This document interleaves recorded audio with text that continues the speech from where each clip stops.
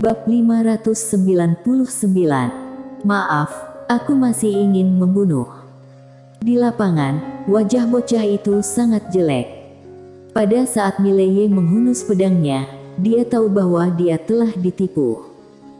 Pedang di tangan Mileye berada di level terendah dari alam Dao.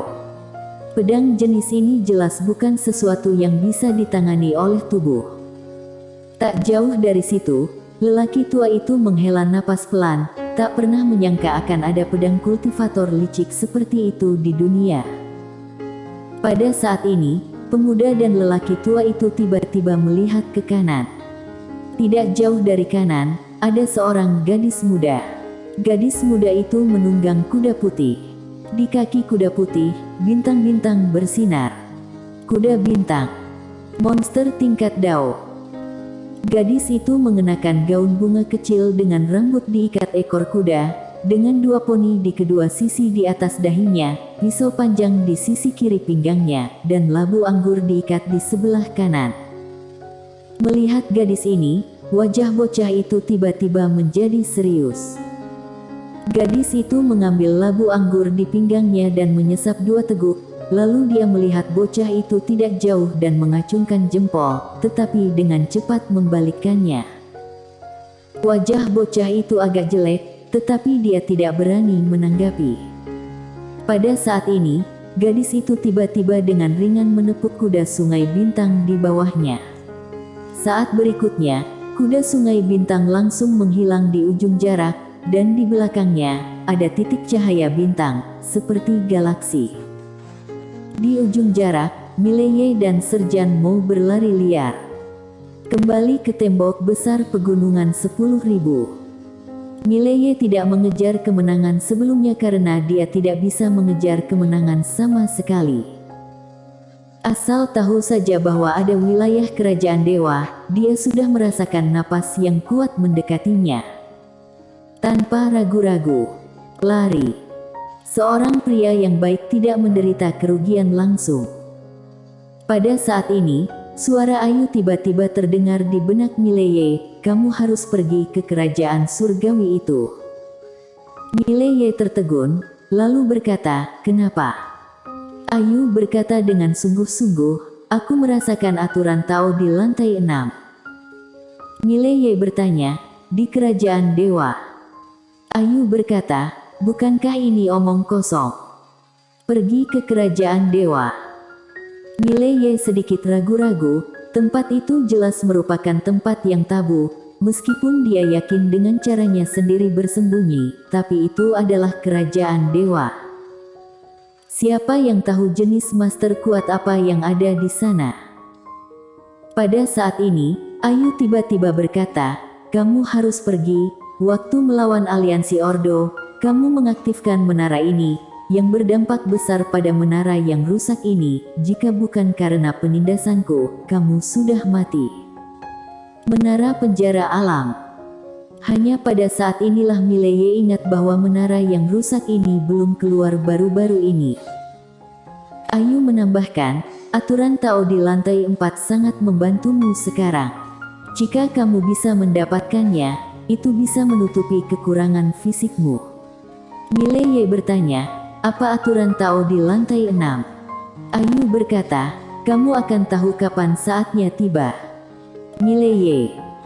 Ayu melanjutkan, "Pergilah secepat mungkin, aturan Tao ini tidak boleh jatuh ke tangan orang luar. Terlebih lagi, setelah memiliki aturan Tao ini, kekuatanmu sendiri tidak hanya dapat meningkat, tetapi juga mengontrol menara yang rusak ini dengan lebih baik." Mileye sedikit mengangguk, dimengerti. Kerajaan dewa. Karena ada aturan Tao di sana, dia harus pergi ke sana. Ayu berkata lagi, "Selain itu, kamu juga perlu meningkatkan alammu sendiri. Tingkatan alammu terlalu rendah. Jika kamu dapat naik ke alam Tao, kamu akan menggunakan aturan Tao ini. Kamu dapat meningkatkan kekuatan mereka ke tingkat yang sangat menakutkan. Tinggikan alam." Mileye mengangguk sedikit. Sebenarnya Sekte Pedang memiliki pedang tingkat alam keberuntungan, tetapi dia masih tidak mau menelannya. Karena sekte pedang terlalu miskin sekarang, alasan mengapa dia miskin secara alami karena sekte pedang dan akademi bela diri mendesak formasi besar di bagian bawah kota. Ini hanya sedikit uang, jika dia melahapnya lagi, para murid sekte pedang bahkan tidak akan memiliki pedang yang bagus di masa depan. Karena itu, pedang ini hanya dapat menemukan cara lain. Sesaat kemudian, Mileye dan Serjan Mo datang ke gerbang tembok besar Wanshan. Pada saat ini, Mileye dan Serjan Mo tiba-tiba berhenti. Saat berikutnya, keduanya berbalik tiba-tiba, sebilah cahaya muncul di depan mereka berdua tanpa peringatan. Mileye menghunus pedangnya dan menebas. Serjan Mo ditinju. Duar. Cahaya pedang hancur. Tetapi Serjan Mo dan Mileye mundur dengan keras pada saat yang sama. Dengan mundur ini, mereka berdua mundur tepat di depan gerbang kota, 200 meter jauhnya. Setelah keduanya berhenti, ekspresi mereka menjadi sangat serius. Mileye melihat tidak jauh, 200 kaki jauhnya, ada seorang gadis menunggang kuda. Gadis itu masih muda, 17 atau 18 tahun, dan terlihat sangat keren. Jenius dewa.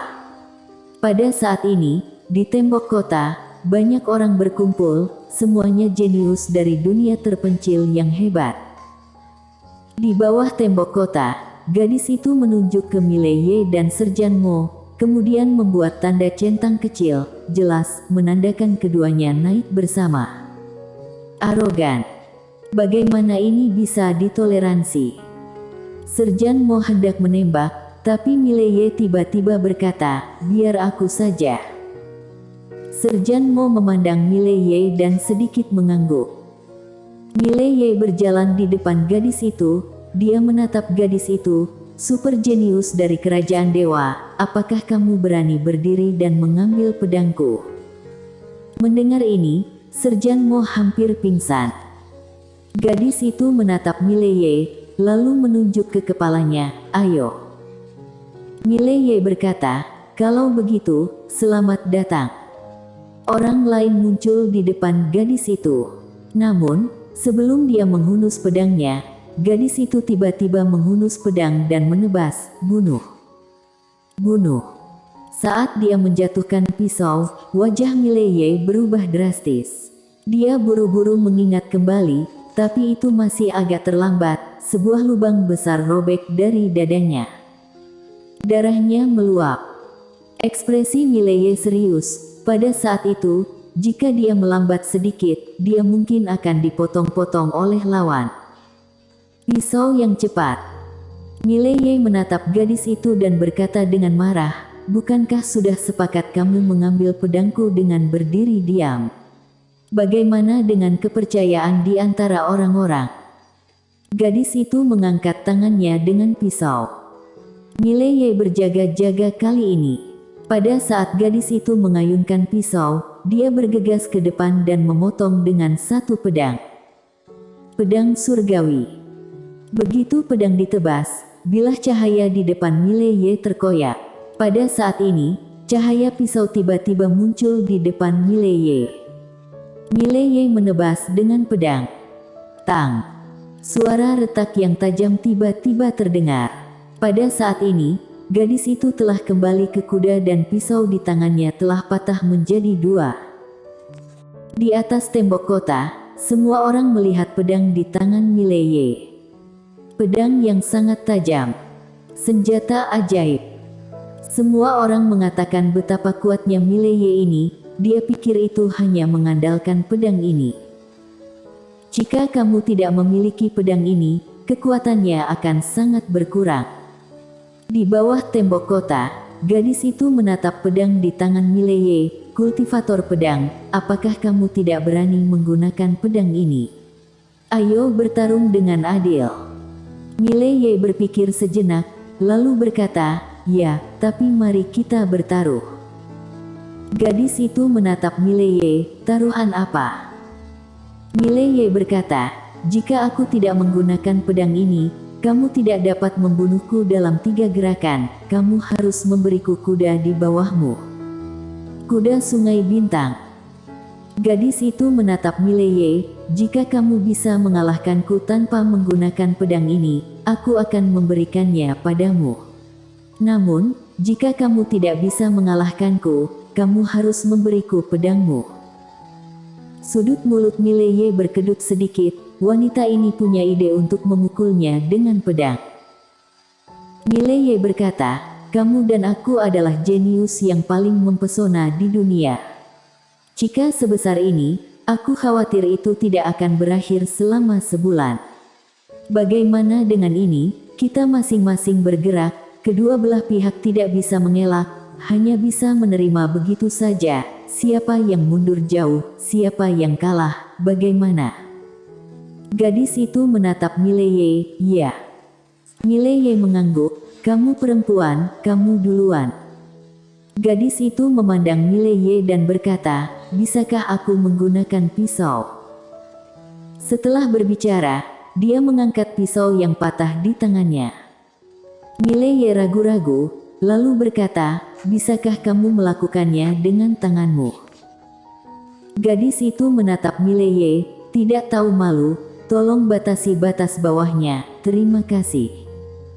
Mileye. Gadis itu berkata, aku bisa menggunakan pedang ini, kamu juga dapat menggunakan pedang lain, sehingga dapat menunjukkan kekuatan sejatimu dan milikku, bagaimana? Mileye berpikir sejenak, lalu mengangguk, oke, ayo. Gadis itu melompat dari kuda, lalu berjalan perlahan menuju Mileye.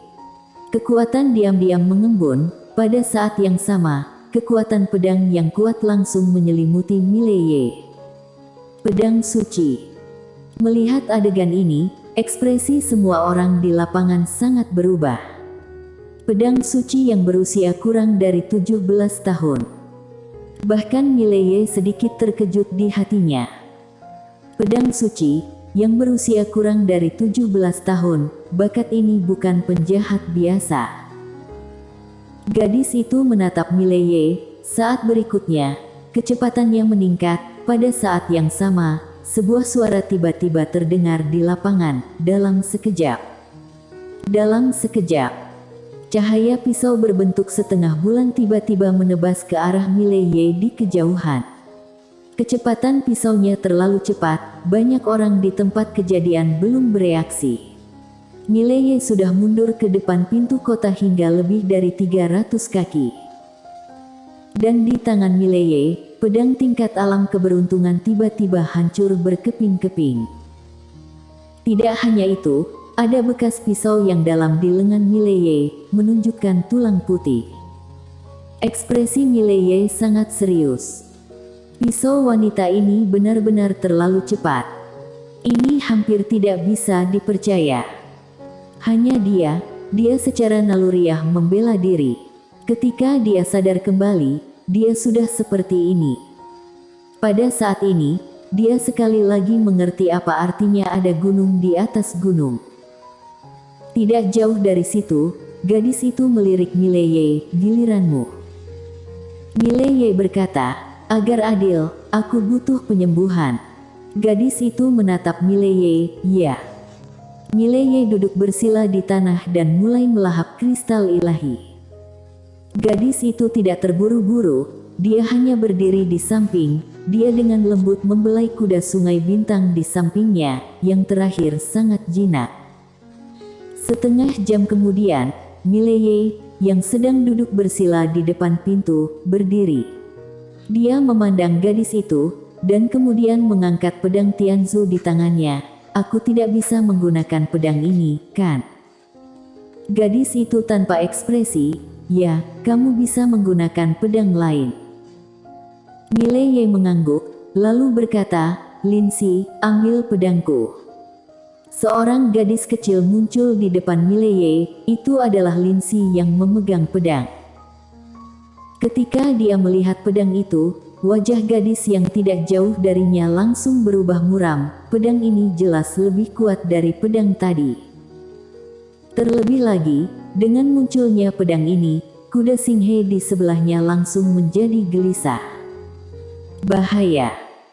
Gadis itu menatap Mileye, dan Mileye berkata dengan tegas, "Aku menggunakan pedang ini, tidak apa-apa." Gadis itu menggelengkan kepalanya, "Jadi seseorang bisa begitu tidak tahu malu, kamu menyegarkan pemahamanku tentang kata tak tahu malu." Mileye. Gadis itu berkata, "Jika kamu ingin menggunakannya, gunakan itu. Orang-orang dari kerajaan dewa, bukan tidak bisa menerima kekalahan." Mileye tersenyum, lalu meminta Linsi untuk menyingkirkan pedangnya. Dia menatap gadis itu, "Jenius dari kerajaan dewa, lihat aku tidak butuh pedang." "Tidak perlu pedang." Ada keributan di sekitar, Mileye ini tidak membutuhkan pedang. Gadis itu menatap Mileye, "Sungguh, biarkan aku melihat yang itu." Setelah itu, dia diam-diam memperingatkan. Mileye mengangguk. Saat berikutnya, kata kosong, kecil tiba-tiba muncul di antara alisnya. Ruang hampa aturan Tao. Pada saat ruang hampa aturan Tao muncul, ruang di sekitar gadis itu langsung ilusi. Saat berikutnya, sebelum gadis itu bisa bereaksi, dia sendiri sudah muncul di kejauhan. Di lapangan, semua orang tercengang. Gadis itu juga tercengang. Lokasi ruang berubah. Mileye memandang gadis itu tidak jauh, "Kamu kalah." Hilang. Gadis itu mengepalkan tangan kirinya erat-erat, ekspresinya rendah. Tidak sudi. Tentu saja dia tidak sudi. Bagaimana dia bisa rela kalah dengan cara ini? Mileye berkata sambil tersenyum, "Mengapa seorang jenius dari kerajaan dewa tidak bisa menerima kekalahan? Jika kamu tidak mampu menerima kekalahan, tidak masalah, ambil kudamu dan pergi. Jangan memaksakan diri." Gadis itu memandang Mileye, "Itu yang kamu katakan." Setelah berbicara, dia menyalakan kudanya, berbalik dan menghilang di ujung tidak jauh. Mileye tercengang. Apa-apaan? Apa-apaan? Benar-benar pergi. Kebanggaan kerajaan dewa. Mileye tertegun, wanita ini tidak bermain kartu sesuai dengan rutinitasnya. Pada saat ini, cibiran tiba-tiba terdengar di tembok kota. Jadi ini pendekar pedang jenius yang legendaris, hanya mengandalkan benda asing. Mendengar ini, Mileye menoleh untuk melihat pria di tembok kota, yang sedang berbicara. Pada saat ini, pria itu juga menatapnya. Dunia demonstrasi. Pria itu tidak terlihat terlalu besar, dia berusia 23 atau 4 tahun. Dia jelas bukan orang biasa ketika dia mencapai ranah Taoisme pada usia ini. Mileye juga tidak marah, hanya berkata sambil tersenyum, "Benda asing juga semacam kekuatan, bukan?" Pria itu mencibir, "Kalau begitu, apakah kamu tidak merasa malu? Di hadapan para penguasa kerajaan dewa, mengandalkan jalan yang spekulatif dan licin ini, kamu tidak malu, kita semua merasa malu." Mileye bertanya, "Lalu mengapa kamu tidak turun dan melawannya 1 lawan 1 sekarang?" Pria itu mencibir, "Aku ingin melihatmu tampil." Mileye tiba-tiba menghilang di tempatnya. Pupil pria itu menyusut, saat berikutnya, dia membanting ke depan dengan pukulan. Tes.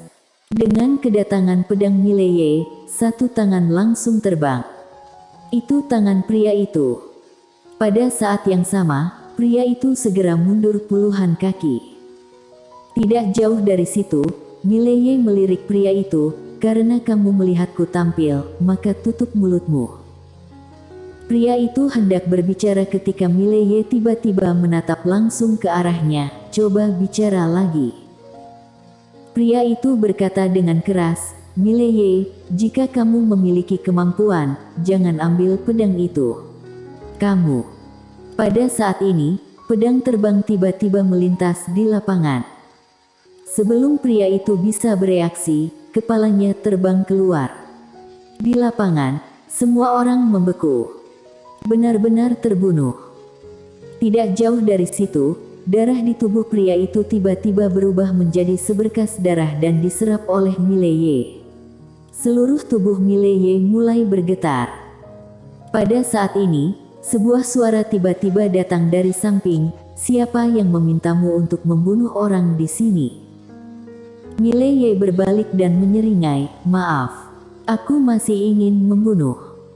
Setelah itu, cahaya merah tiba-tiba menghilang dari tubuhnya dan darah mulai mendidih. Di dalam menara penjara alam, suara Ayu tiba-tiba terdengar, darah bermasalah, orang ini tidak bisa menahan darah ini. Bersambung.